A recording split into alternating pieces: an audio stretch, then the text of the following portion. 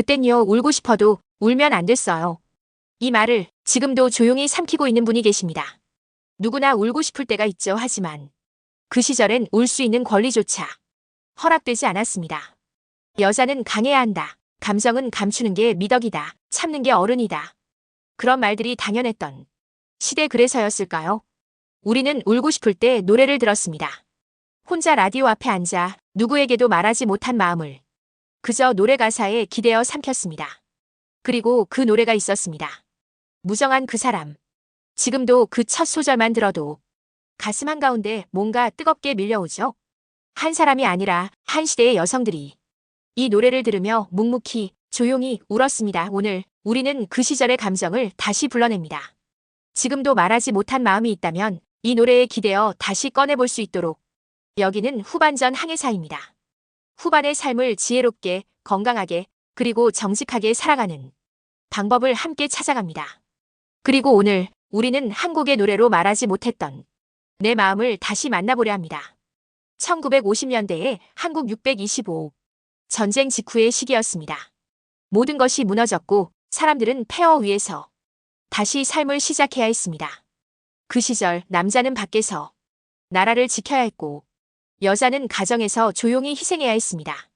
그건 법이나 제도가 아니라 상식처럼 여겨졌죠. 여성은 부모가 정해주는 사람과 결혼했고 시댁 식구들과 함께 살며 시어머니의 말은 곧 법이었습니다. 며느리는 물을 주는 꽃이 아니야. 그냥 뿌리 내리고 사는 거야. 이 말 실제로 들으셨던 분들도 계실 겁니다. 그 시절 여성의 삶은 자기 삶이 아니었습니다. 가족의 며느리, 남편의 아내, 아이의 엄마. 늘 누군가의 무언가로 존재해야 했습니다. 그런 현실에서 감정이란 건 사치이자 죄로 여겨졌습니다. 남편이 바람을 피워도 아무 말도 못하고 그저 밥을 지어야 했고 친정에 돌아가고 싶어도 딸은 출가 외인이라며 한번 나간 딸은 다시 받아주지 않는 게 당연했죠. 게다가 교육 기회도 거의 없었습니다. 1950년대 여성 중 절반 이상은 초등학교 졸업 이하였고 라디오에서 어려운 단어가 나와도 그 뜻을 알 수 없던 시절. 여자는 생각보단 순종이 중요했고 표현보단 참음이 미덕이었습니다. 이런 시대에 왜 그렇게 무정하게 나를 버리시나요? 라는 가사를 공공연하게 부를 수 있었다는 건 그 자체가 작은 혁명이었습니다. 그 노래를 듣는 여성들은 이별 때문이 아니라 말할 수 없는 마음 때문이었습니다. 당시의 여성은 감정을 표현하면 불안정한 사람으로 낙인 찍혔습니다. 심지어 아이 앞에서 눈물을 보이는 것도 어머니는 강해야 한다는 이유로 금기시됐죠. 그래서 그들은 강한 척하면서 살았습니다. 하지만 누구보다도 울고 싶었고 힘들었고 그 마음을 알아주는 누군가가 필요했습니다. 그 시절에 무정한 그 사람이 흘러나왔습니다. 그건 단순한 사랑 노래가 아니라 여성의 억눌린 감정을 허락해준 유일한 순간이었습니다. 지금도 그 노래를 들으면 그때 그 감정이 그대로 올라온다는 분들 많습니다. 1959년 그해 한국은 전쟁의 그림자에서 조금씩 벗어나며 문화라는 이름으로 사람들의 마음을 위로하던 시기였습니다. 그리고 바로 그 무렵 한국의 노래가 라디오 전파를 타고 퍼지기 시작했죠. 무정한 그 사람 작곡가 이정표, 가수 황정자, 그리고 이후엔 현미의 목소리로 더 널리 알려진 이 곡은 당시로선 파격적인 감정성과 가사 내용으로 큰 반향을 일으켰습니다. 무엇보다도 이 노래는 여성이 자신의 감정을 가사로 직접 말하는 구조였다는 점에서 기존의 대중가요와는 완전히 달랐습니다. 당시 유행하던 노래는 남성 중심의 이별 노래 또는 국가, 희생, 부모님을 찬양하는 노래가 대부분이었어요. 그런 가운데 왜 그렇게 무정하게 나를 버리시나요? 라는 가사는 지극히 개인적이고 내밀한 감정의 폭발이었습니다. 더 놀라운 건 이 노래가 대중적으로 환영받았다는 사실입니다. 특히 여성 청취자들에게 폭발적인 공감을 얻었죠. 밤이면 밤마다 라디오를 틀고 이 노래가 나오기만을 기다리던 여성들이 많았습니다. 기계음 가득한 라디오에서 조용히 흘러나오는 그 멜로디와 목소리, 누구에게도 말 못한 감정을 잠시나마 꺼낼 수 있는 시간. 노래는 그렇게 감정의 대피소가 되었습니다. 그리고 무정한 그 사람은 그 대피소에 들어설 수 있는 유일한 열쇠였습니다. 무정한 그 사람, 나를 울려놓고 이 첫 구절을 들으면 마치 오래된 기억에 상자가 열리는 것 같죠. 이 가사는요, 단순히 이별이 아파요라는 말이 아닙니다. 무정하다는 말에는 서운함, 원망, 억울함, 상실감, 그 모든 감정이 섞여 있어요. 하지만 더 깊이 들여다보면 이 노래 속 여성은 떠난 사람을 비난하지 않습니다. 오히려 왜 그렇게라고 묻습니다. 그 말엔 내가 뭘 잘못했을까라는 자기 책망이 숨어 있어요. 그 시절 여성들이 살아온 방식과 정확히 닮아 있죠. 그들은 화를 내는 대신 내 탓인가 하고 돌아봤고 속상해도 그 감정을 말하지 못한 채 조용히 혼자 울었습니다. 이 노래는 그 감정의 흐름을 가사 속에 아주 섬세하게 담아냈습니다. 당신은 너무도 무정한 사람. 이 반복 구절은 단순한 비난이 아닙니다. 사랑받고 싶었던 사람의 절박함과 인정 욕구가 담겨 있어요. 왜 나를 안 봐줘요? 내가 뭘 해도 안 되는 건가요? 이 마음 너무 익숙하지 않으세요? 지금은 나를 잊었겠지요. 마지막 절에서는 체념이 묻어납니다. 사랑도 감정도 내 삶도 모두 그 사람 손에 달려 있었던 시대. 그 시절의 여성은 자신을 중심으로 생각할 수 없었어요. 그러니까 그 사람이 잊었을까봐, 내 마음이 사라질까봐 노래라도 남기고 싶었던 거죠. 이 노래가 특별한 이유는 감정이 격해지거나 비난으로 치닫지 않고 그저 말할 수 없던 마음을 조용히 담담하게 말하기 때문입니다. 말하는 것만으로도, 노래하는 것만으로도 그때는 용기가 필요했으니까요. 누군가는 이 노래를 들으며 자신의 눈물이 허락된다고 느꼈을 겁니다. 그 허락, 그 울어도 되라는 감정의 공간을 이 노래가 만들어줬습니다. 그게 이 노래가 지금까지도 회자되는 이유입니다. 당신은 라디오 하면 어떤 풍경이 떠오르시나요? 낡은 나무장 위 손잡이를 돌리면 지직거리는 소리와 함께 작은 창문처럼 세상이 열리던 바로 그 기계의 19만 5060년대. 한국에서 라디오는 단순한 오락도구가 아니었습니다. 유일한 외부와의 연결선, 그리고 감정을 들을 수 있는 거의 유일한 통로였습니다. TV도 없고 전화도 드물던 시절. 하루 종일 말 한마디 나눌 사람 없이 집안일을 하다 보면 오후 라디오 방송은 그야말로 혼자 있는 여자의 친구였죠. 특히 여성들은 감정을 밖으로 꺼낼 수 없었기 때문에 노래 하나 사연 하나에 자신의 마음을 이입했습니다. 그리고 무정한 그 사람이 흘러나오던 그 밤 아이들을 재워놓고 남편이 술에 취해 들어오기 전 조용히 라디오 앞에 앉아 그 노래에 귀를 기울이는 그 순간만큼은 자기 자신이 될 수 있었던 시간이었죠. 당신은 라디오 사연도 가명을 쓰는 것이 일반적이었고 내용 대부분이 가족, 남편, 자식에 관한 이야기였습니다. 하지만 그 안에는 늘 감춰둔 감정들이 흘러넘쳤습니다. 저는 말 한마디 못하고 그냥 웃어요. 딸아이 앞에서는 울 수 없더라고요. 이 노래 제가 하고 싶은 말 같아서 보내요. 그렇게 사람들은 말하지 못한 마음을 노래에 기대어 감정을 흘려보냈습니다. 특히 여성들에게 라디오는 단순히 정보를 듣는 매체가 아니라 자신의 감정을 확인하고 해소하는 창구였습니다. 사람들은 묻습니다. 노래 하나가 뭐 그리 대단하다고요? 하지만 그 시절에는요, 한국의 노래가 말 못한 인생 전체를 대신 말해주었고 참아온 감정을 흘려보낼 수 있게 해주는 작은 구멍 같은 것이었어요. 그 노래를 들으며 울 수 있었다는 것 그것만으로도 그날 하루는 살아낼 수 있었던 겁니다. 우리는 그 노래를 듣고 울었습니다. 그 노래에 기대어 참았던 감정을 꺼냈습니다. 그런데요. 그 노래를 불렀던 그녀들은 어땠을까요? 무정한 그 사람을 부른 황정자, 그 후로 대중에게 널리 알려준 현미, 그리고 이미자, 이난영, 백설의 같은 당시 여성 가수들은 단순한 스타가 아니었습니다.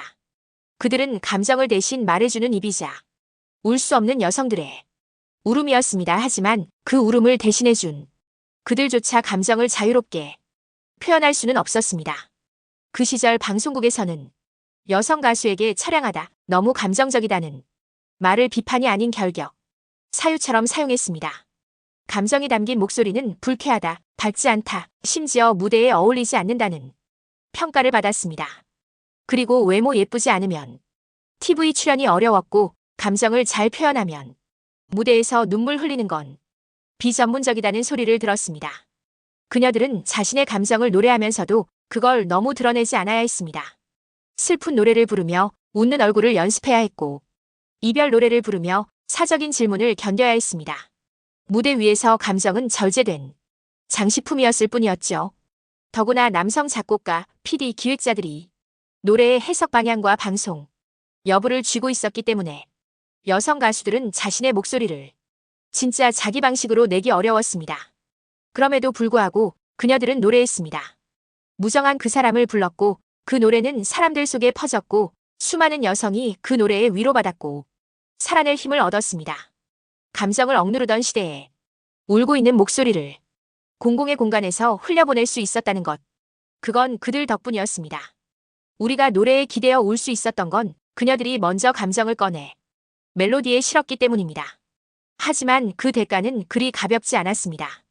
그녀들은 사생활 검열, 가정과 커리어 사이의 갈등, 그리고 여자는 가수보다 엄마가 되어야 한다는 편견 속에서 끊임없이 자신을 증명해야 했습니다.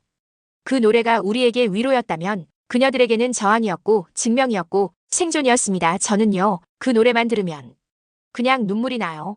서울 은평구에 사는 76세 김순자 어르신은 무정한 그 사람 이야기에 이렇게 입을 떼셨습니다.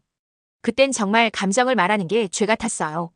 남편이 어디 가서 뭘 하는지 몰라도 그냥 집 잘 지키는 게 아내의 역할이라 배웠죠. 한 번은 시장에서 그 노래가 흘러나오는데 순간 눈물이 쏟아져서 바구니 들고 그대로 멈췄어요. 그 노래, 그 가사, 그게 꼭 그때 말하지 못했던 제 속마음 같았거든요. 이처럼 많은 시니어 여성들에게 무정한 그 사람은 단순한 유행가가 아닙니다. 자기 감정을 처음으로 이해받았다고 느낀 순간이었죠. 그 노래가 라디오에서 나올 땐 괜히 조용해지던 주방.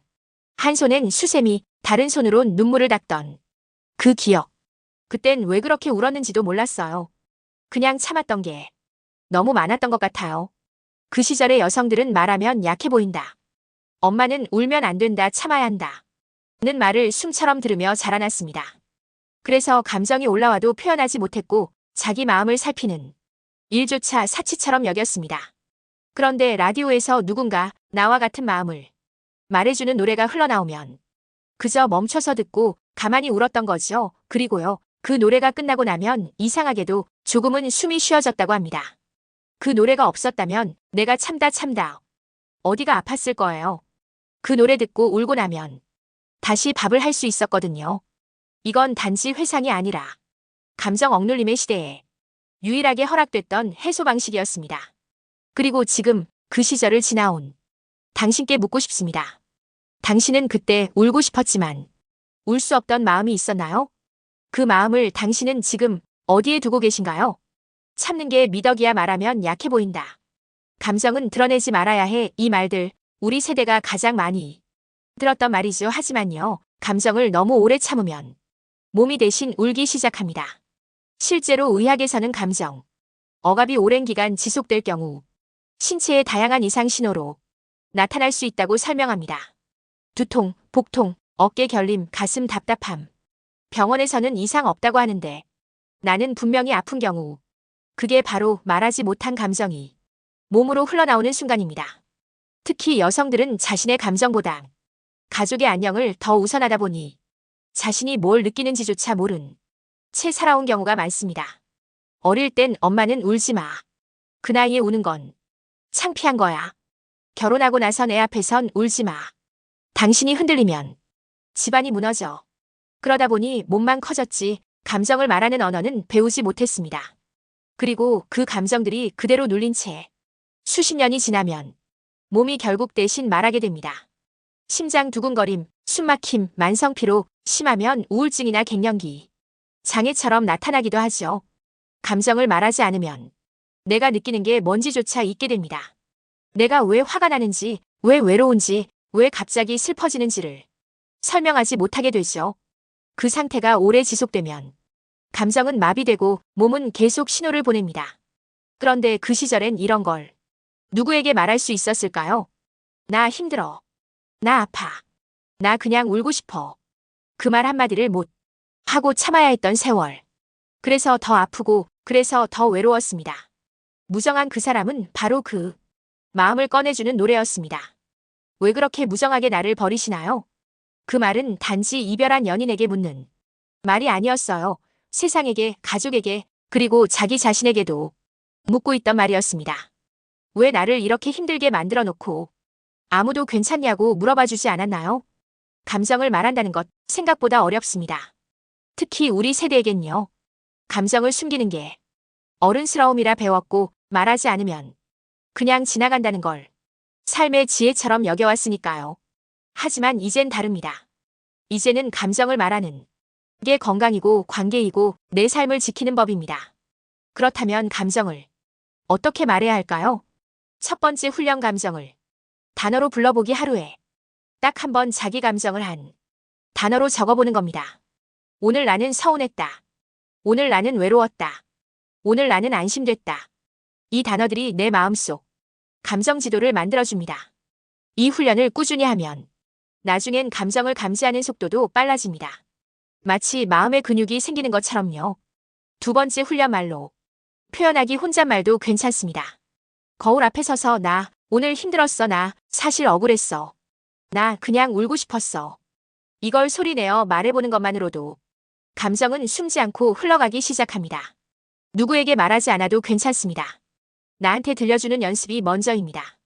세 번째 훈련 안전한 사람에게 말해보기 감정을 말할 땐 이해해주는 사람보다 판단하지 않는 사람이 중요합니다. 꼭 친한 친구가 아니어도 좋아요. 같이 산책하는 이웃, 같이 차 마시는 동료, 댓글 남겨주는 커뮤니티 친구라도 좋습니다. 나 이런 일이 있었어. 그때 이런 기분이 들었어.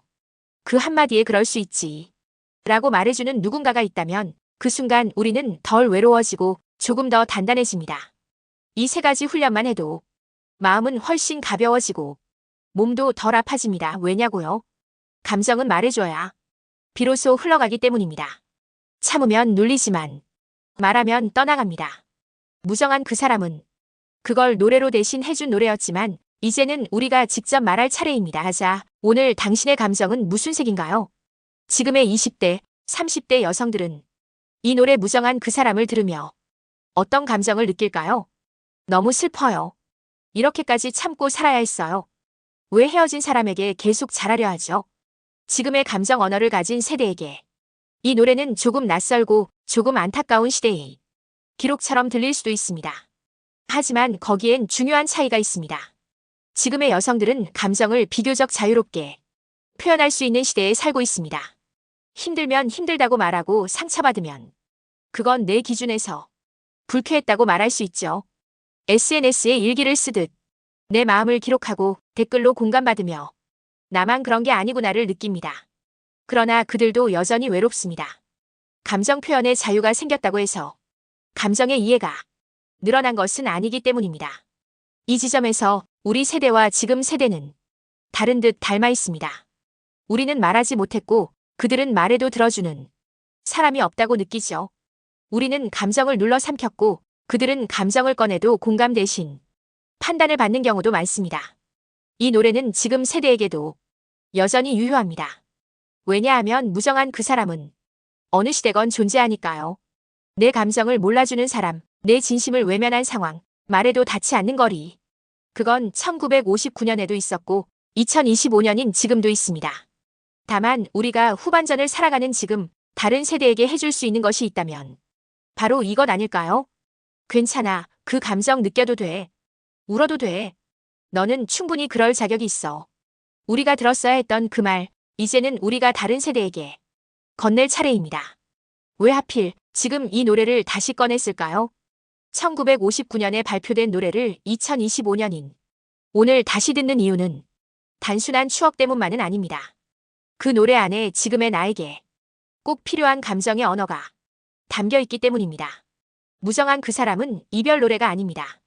그 노래는 감정을 말하지 못한 사람의 기록입니다. 왜 그렇게 무정하게 사랑에 실망해서 한탄하는 것이 아니라 내가 너무 오래 참기만 했던 나날들에 대한 질문입니다. 나는 왜 늘 참았을까? 왜 아무도 내 마음은 안 물어봤을까? 그 말이 그 노래 속에 숨어 있었습니다. 우리는 그 시절 감정을 말할 수 없었고 그래서 감정을 기억하지 못하는 날도 많았습니다. 그렇게 시간이 흘러 후반전의 삶을 살고 있는 지금 그때 묻어둔 감정이 불쑥불쑥 올라올 때가 있습니다. 지금이 바로 그 감정을 정리할 시간입니다. 지금은 말할 수 있습니다. 그때 참 힘들었어요. 그때 나도 사랑받고 싶었어요. 우리는 이제 누군가의 아내, 엄마, 며느리가 아닌 나로 살아갈 수 있는 시기에 와 있습니다. 이제라도 그때 하지 못했던 말, 그때 꺼내지 못했던 감정을 노래를 통해, 말을 통해 다시 만나야 합니다. 그래야 후반전이 더 가벼워지고, 더 깊어지고, 더 나다워질 수 있습니다. 무정한 그 사람은 우리에게 이렇게 말해줍니다. 그 감정, 지금도 유효해요. 그 눈물 사라진 게 아니에요. 당신은 그저 그때 말할 수 없었을 뿐이에요. 그리고 이제 당신은 말할 수 있습니다. 당신은 당신의 감정을 당신의 언어로, 당신만의 방식으로 꺼낼 수 있습니다. 그게 후반전을 살아가는 진짜 용기입니다. 이제 당신의 이야기로 돌아가 볼까요? 무정한 그 사람 이 노래가 처음 흘러나오던 순간 당신은 어디에 계셨나요? 어쩌면 설거지를 하던 부엌 아이들을 재워놓고 혼자 앉은 거실 혹은 밤늦게 이불 속에서 작게 라디오를 틀어놓고 계셨을지도요. 그리고 그 노래가 흘러나왔을 때 당신의 마음 한구석이 뭔가 말없이 무너졌던 기억 있지 않으신가요? 지금 그때 그 마음을 다시 한 번 마주해보는 건 어떨까요? 유튜브에 무정한 그 사람을 검색해보세요. 현미의 목소리든 황정자의 원곡이든 그 멜로디 속에는 말하지 못한 당신의 감정이 지금도 고스란히 담겨 있을 겁니다. 그리고 그걸 듣는 순간, 아, 나만 그런 게 아니었구나. 그 시절에 나도 이해받을 수 있었구나. 하는 마음이 들지도 모릅니다. 감정은 기억이 아니라 흘러야 하는 생명입니다.